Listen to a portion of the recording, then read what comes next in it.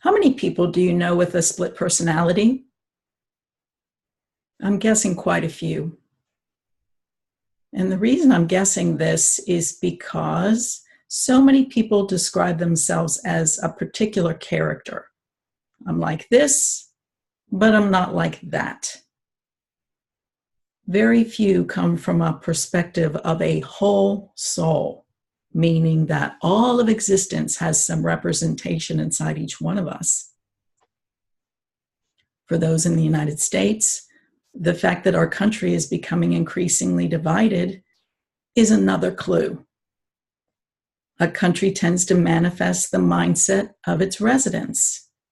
And when so many of us are claiming certain aspects of ourselves and disowning other aspects of ourselves, our nation will manifest this by separating its residents into those worthy of life, liberty, and the pursuit of happiness, and those who are unworthy. As a gardener, I like to get to the root of a problem. And this severing of the soul is what is behind every divided nation. Hi, I'm Ann Delfs. I'm a retired psychiatrist, author, public speaker, gardener, and gardener of the human soul.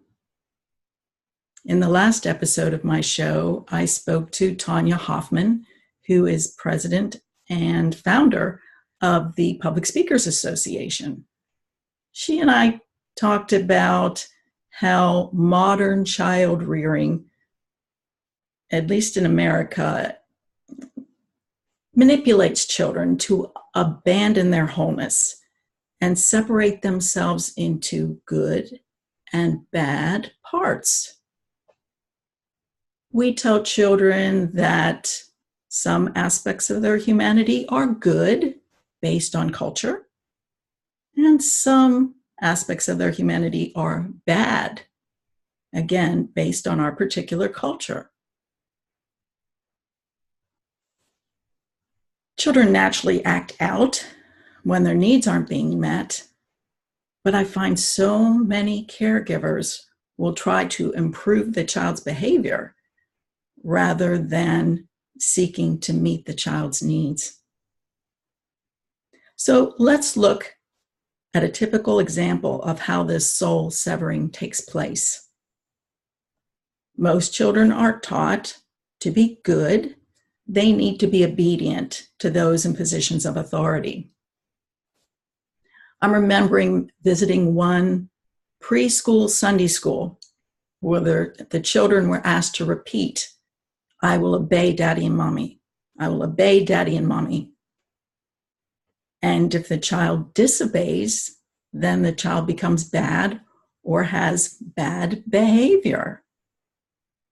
And what can happen with this either or method of assessing children's behavior is that kids can grow to blindly serve people in positions of authority, whether these apparent adults are mature, well-meaning people or not. But in our natural state, we are whole. So we don't just have an obedient side, we have a disobedient side. And what so often happens is kids then disobey those who are not in leadership positions when they may have the child's best interests at heart. So contrast this dividing of the soul with healthy parenting, where moms and dads are both actively teaching their children about the full range of human development, from true, mature authorities to those who are immature, who are clinging to positions of authority because they want to be obeyed. They teach their children to hear and see. Are these leaders, are their words aligning with their actions? They should be. They teach their children to sense into their physical body. Are they sensing any tension that tells them something's not right. They have them tune into their hearts. Is this leader open-hearted and loving? Or does he or she feel cold, insensitive, unfeeling, uncaring?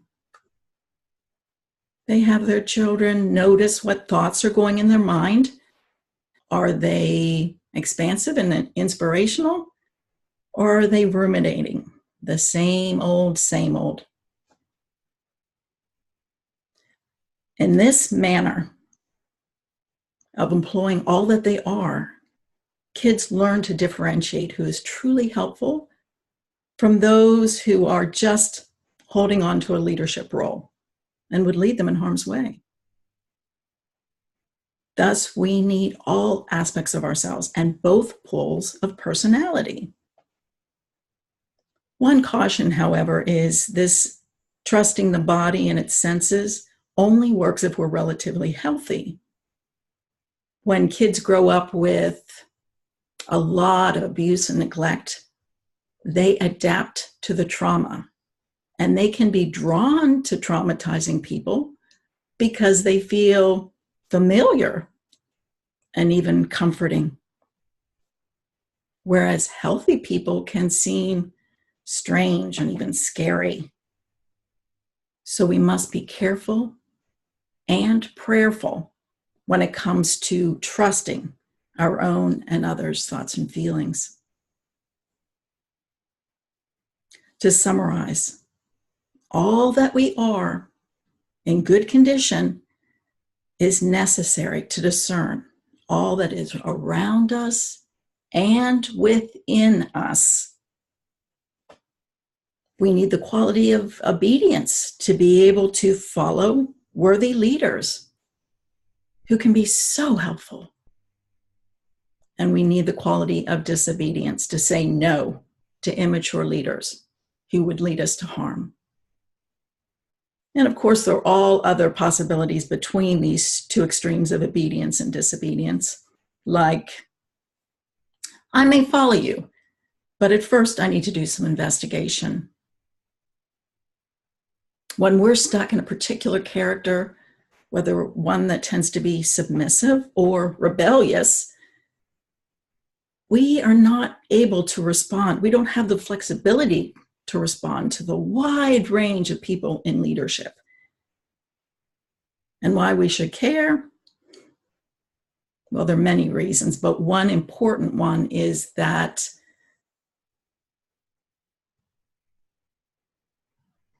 when we're automatically submitting to immature, corrupt leaders, they then show us what we should be doing.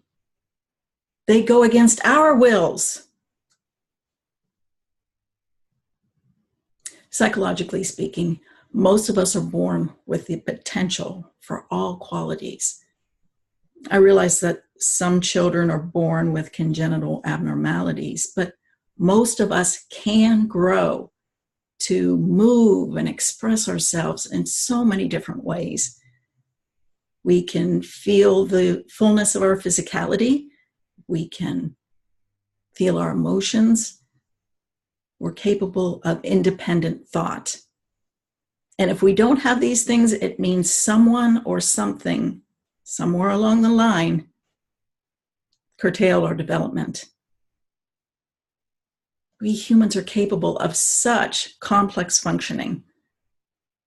We can set lofty goals and go about creative ways of achieving these goals. Now, I'm not saying everyone's going to be a great visual artist or musician, but we all have the capability of being creative in some way.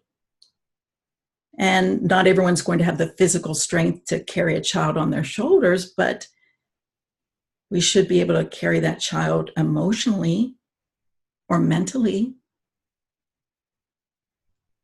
And by this, I mean, we can show the child that his feelings, just as they are, can teach him about himself and others, and can be a vehicle to transport both someplace new. In American society, we take note early on of those who cannot physically transport themselves. For example, there are crippled children's organizations to help out these kids. Yet there are many people of all ages who cannot move themselves psychologically. They're stuck in a certain way of being, whether it's doing or feeling or thinking or all three. And I find that few register that these people are handicapped, just as the physically crippled are handicapped.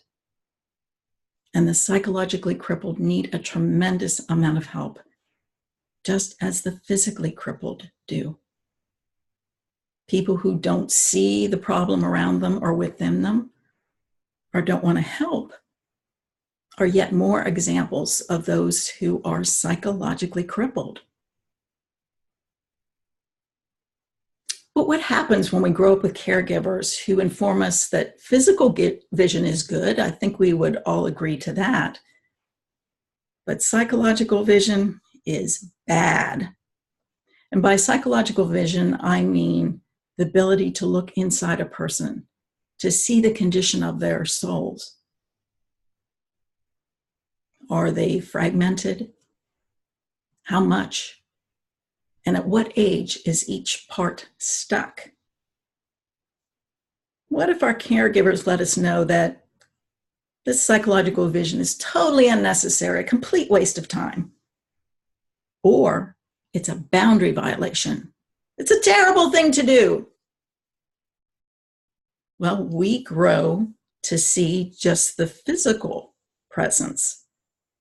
And we may assume if someone's physically an adult that they're psychologically mature as well, which may be far from the truth. So besides seeing and hearing and sensing into our body and our heart and our mind, another way to assess the maturity of a person is to see how much they're embracing all of themselves. Is a man embracing his feminine side? If not, she's going to be miserable to live with. And is a woman embracing her masculine side? If not, she won't have what it takes to stand up to these misery-making males. The older we are, the more we are actively growing and developing each part of ourselves and employing each part in a way that grows and develops others. When we're embracing only a particular character, whether male or female, rather than the whole of our soul, we are more like a small child clinging to a doll. Part of the problem is that we've been taught that the character, is the whole. So we defend it, sometimes furiously. We may project our tendency to keep ourselves small and perceive those who are encouraging us to grow as being diminishing, judgmental, and critical. They make us feel inadequate. Besides, we know we're good people, so they must be bad. We much prefer people who love and accept us just as we are. But is this really love? And is loving a limited character, accepting a limited character, is that really acceptance? I once knew a girl who grew up being told, "You're a living doll." As she tells the story, whenever she was doll-like, as far as being cute and huggable, smiling, happy, and allowing people to carry her wherever they wanted, she was treated relatively well. But when other aspects of her nature surfaced, such as saying no, she was neglected or abused, and sometimes horribly so. Over time, she clung to this doll character for safety. And she grew to believe that this doll that she had become was all that she was. She focused on making herself beautiful and always acting in a sweet manner. And she lost contact with the parts of her that knew how to be ugly and bitter, which would have been useful to repel the people who just wanted to use her. If a person is only one character, she can get herself into a lot of trouble, which she'll need other characters to get out of. And this is true of all of us when we're stuck in a particular character. Our one-sidedness can be helpful at times, but other times, someone is going to get hurt. People living as mere characters are easier to spot because they are predictable in their actions. When stressed, he always goes into a rage. She always bursts into tears, and they feel no emotions at all. These characters don't have awareness of all their emotions, nor do they have full expression of these emotions. And people living as mere characters may not be contributing to the greater world. They may be closing their eyes to the many problems in their environment, or not seeking to remedy some of these problems. Again, we don't lose aspects of ourselves when they've been properly cared for. One or more people or circumstances must have convinced us that we would be better off without them. What happens to the parts of ourselves that we've disowned? We've tucked them in the unconscious mind and typically pretend they don't exist. But what is their experience? I liken it to small children. When they're ignored, they tend to get louder and do something to get our attention, and they may get stuck in these behaviors over time. But they may also get quieter and less active if everything they do has no effect whatsoever. And our disowned parts are similar. They get louder and more problematic, trying to get our attention. And they may get stuck in these postures. But over time, they can get quieter and less active as everything we do has no effect whatsoever. We shun them still. Someone can then come along and take them away, and we will have no awareness of what has happened.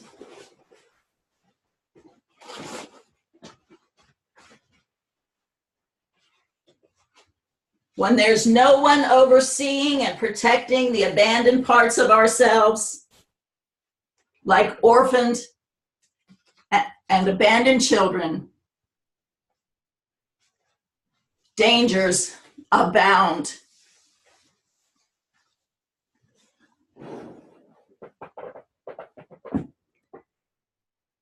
Shunning parts of ourselves has so many detrimental consequences.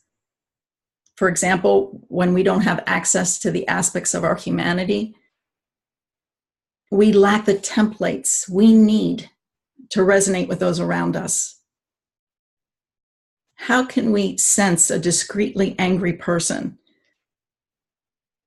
if we don't have access to our own anger?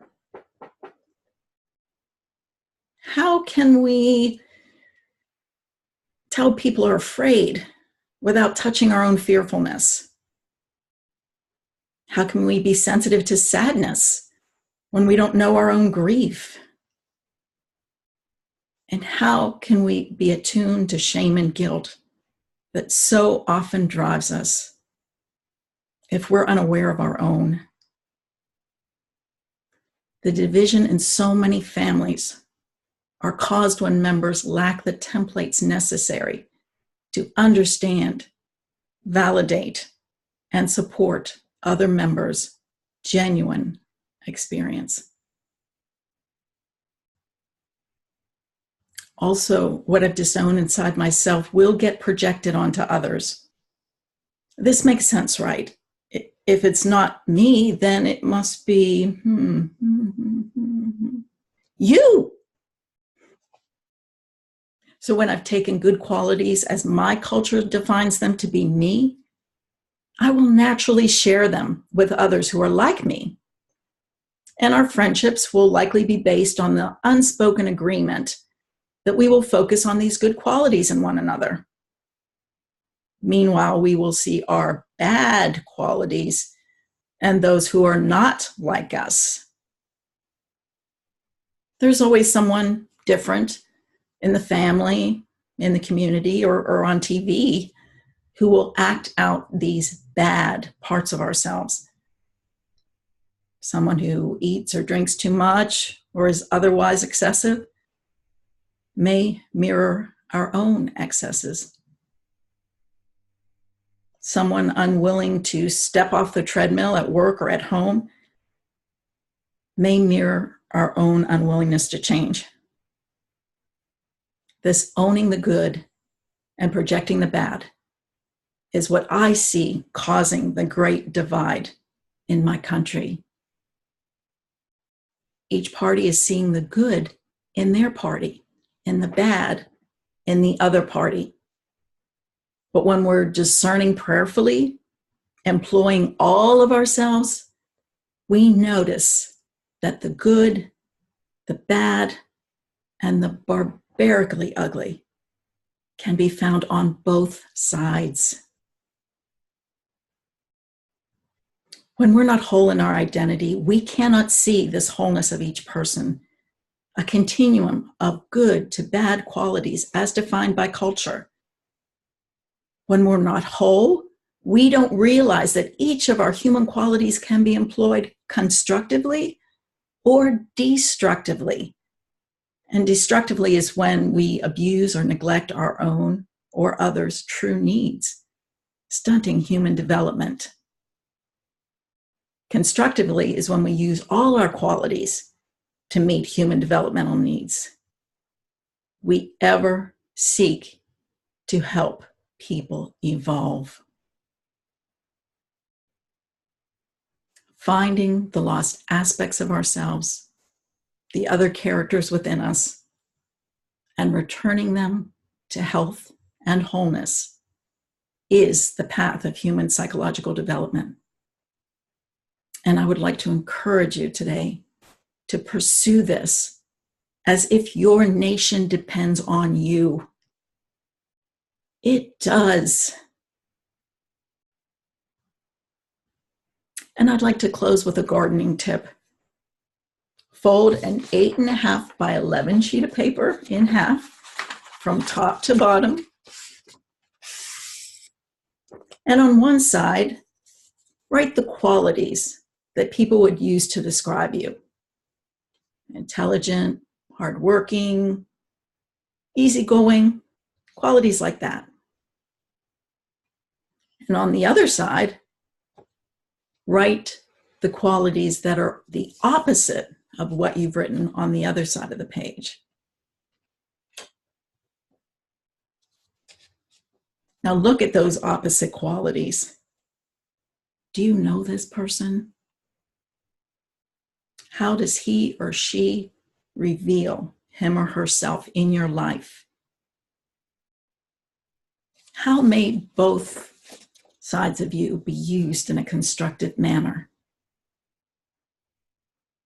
If you need some assistance, ask a trustworthy, close friend or family member, or you can reach me at andthelistener@yahoo.com. all for now.